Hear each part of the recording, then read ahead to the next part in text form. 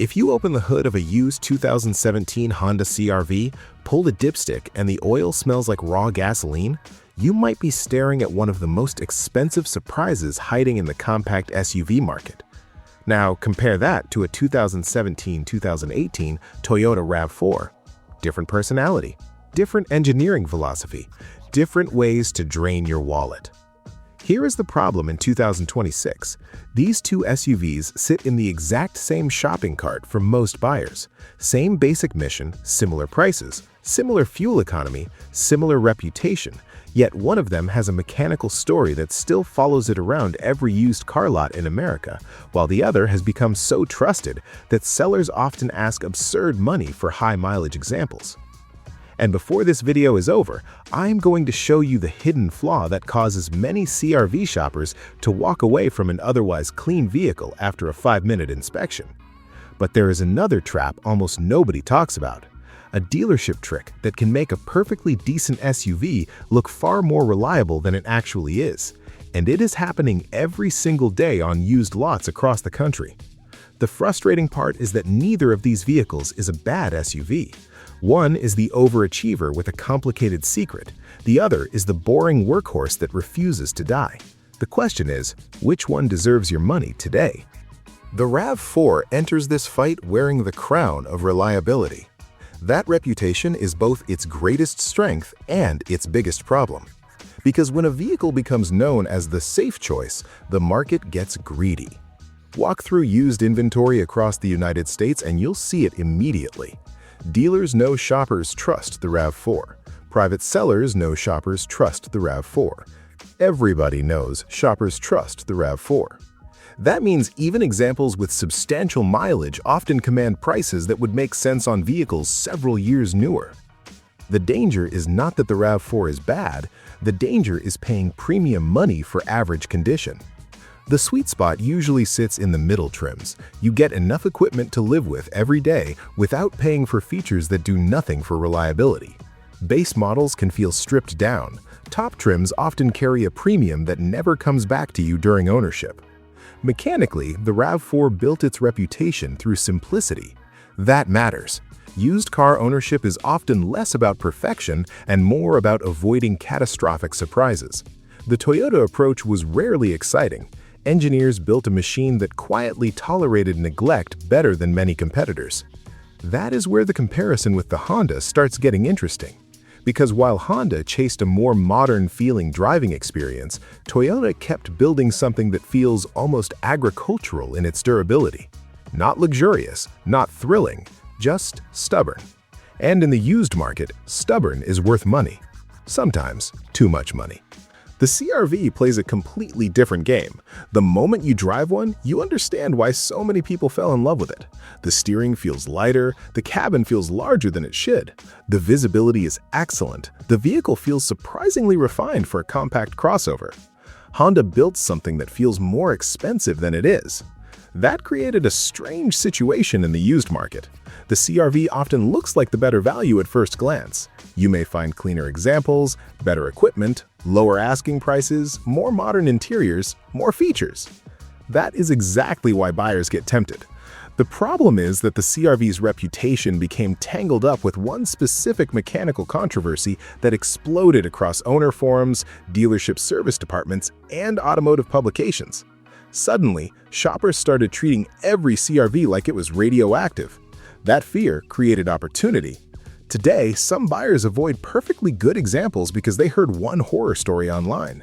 Others buy blindly because they assume every Honda is indestructible. Both groups make mistakes. Unlike Toyota's conservative formula, Honda took more risks. Some of those risks paid off with better performance and efficiency. Some created long-term questions that still follow the vehicle.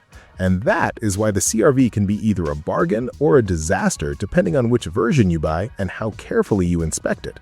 Under the skin, the RAV4's biggest advantage is that there is very little mystery. The naturally aspirated 4-cylinder engine is not trying to impress anyone. It is not chasing huge power numbers. It is not relying on turbochargers. It is not operating on the edge. That matters as mileage climbs.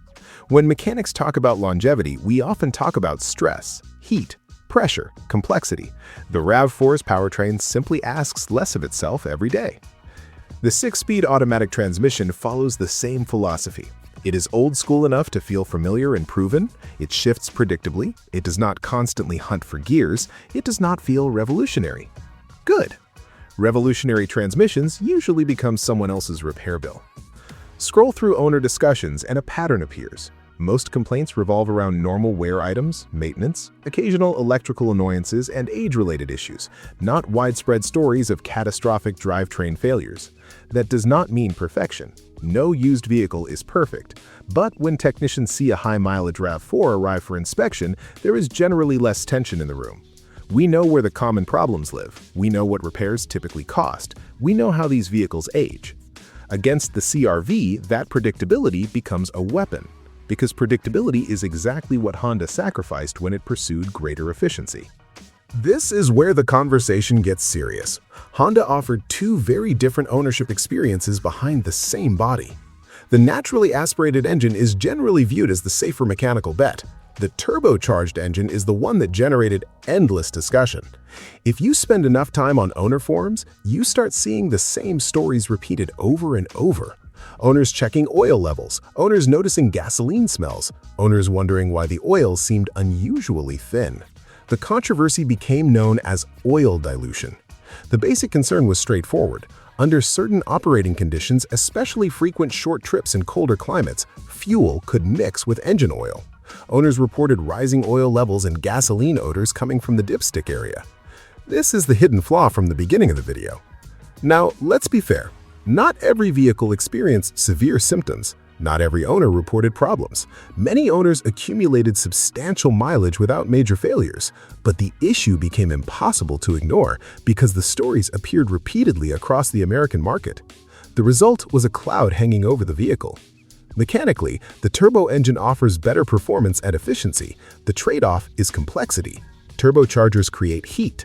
Direct injection systems introduce their own maintenance considerations. Modern efficiency often arrives attached to additional engineering challenges. Compared with the RAV4's simpler setup, the Honda asks owners to be more attentive. That does not automatically make it unreliable. It simply means you cannot shop for it carelessly. Now let's talk about body structure, suspension, all-wheel drive systems, and the realities of buying one used. The suspension is one of the reasons these vehicles age gracefully. It is not sporty, it is not trying to imitate a luxury SUV. It absorbs punishment with very little drama. Drive a neglected example and you will often hear the usual suspension noises that appear with age, but the overall structure tends to remain impressively solid. The all-wheel drive system is similarly straightforward. It is designed for weather and confidence rather than hardcore off-road adventures. For most American buyers, that is exactly what they need. Now for the first open loop. The hidden flaw. Ironically, it is not a major RAV4 engine defect. It is buyer overconfidence. People assume the Toyota badge means every example is automatically safe. Wrong. One issue that deserves attention is battery-related recall history and proper repair documentation. Many buyers never check. They see Toyota and stop asking questions. That is a mistake. Always verify recall completion and inspect battery installation quality. A vehicle can be reliable and still suffer from poor maintenance or incomplete recall work. Compared to the CR-V, the RAV4's used market risk is often mechanical complacency. Buyers lower their guard because they trust the brand. The vehicle deserves trust. Blind trust is different. The CR-V's body structure remains one of its strongest selling points. The platform feels rigid. Doors close with a satisfying solidity. Road noise is reasonably controlled. Crash safety performance helped establish its reputation as a family vehicle, but the used market presents a different challenge. Many examples spent their lives as family transportation. That means heavy use. Kids, pets, parking lot scars, endless grocery runs. Mechanically clean examples are common. Cosmetically honest examples are less common. Pay close attention to underbody condition, suspension wear, tire maintenance, and evidence of deferred service. A neglected CR-V can still drive well enough to fool a quick test drive. And because the vehicle earned such strong demand, sellers often assume buyers will overlook details. Unlike the Toyota, which usually wears its age openly, the Honda can hide neglect behind a more modern driving feel.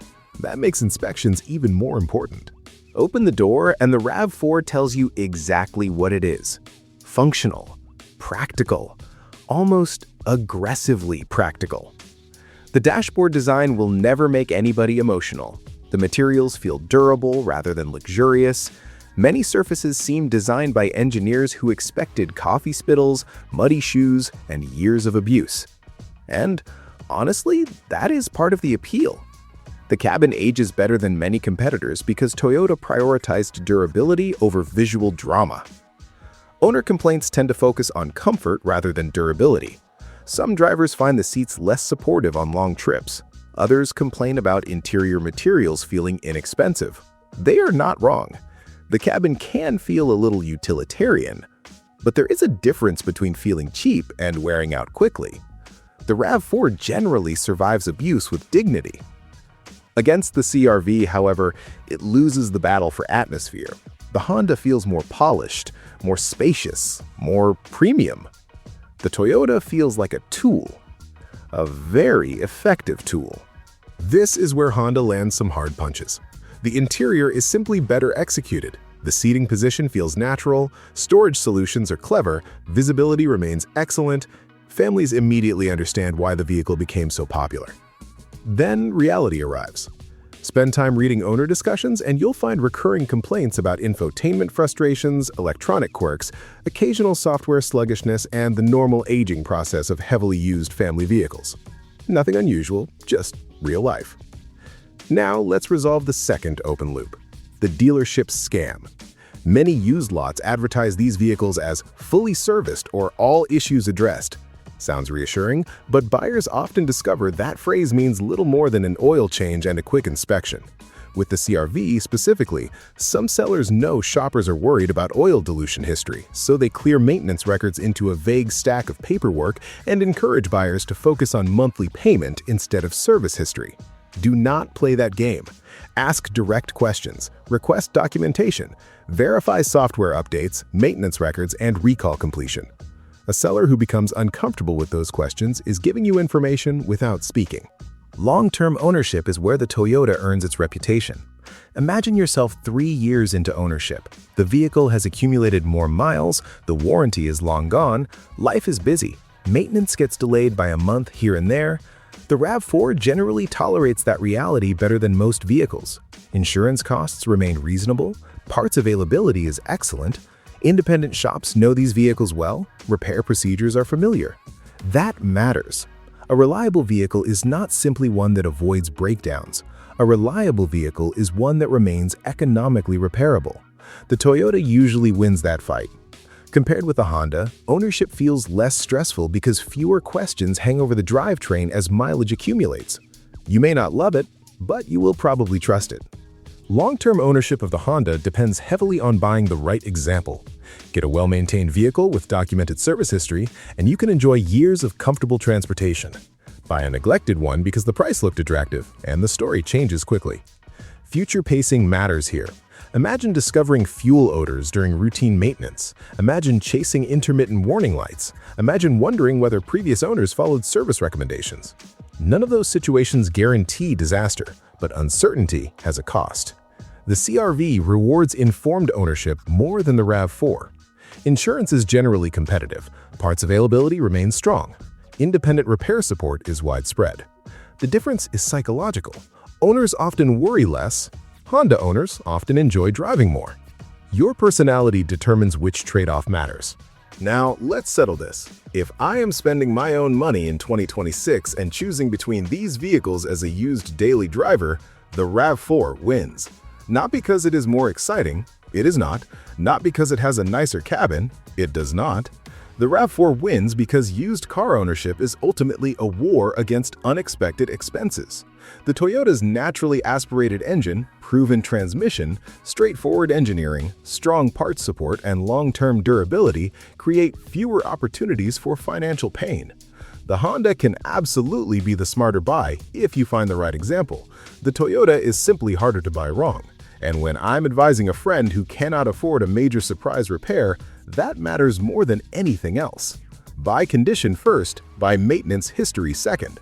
But if both vehicles are sitting side by side with similar mileage, similar records, and similar pricing, I'm taking the keys to the RAV4 and leaving the lot without looking back.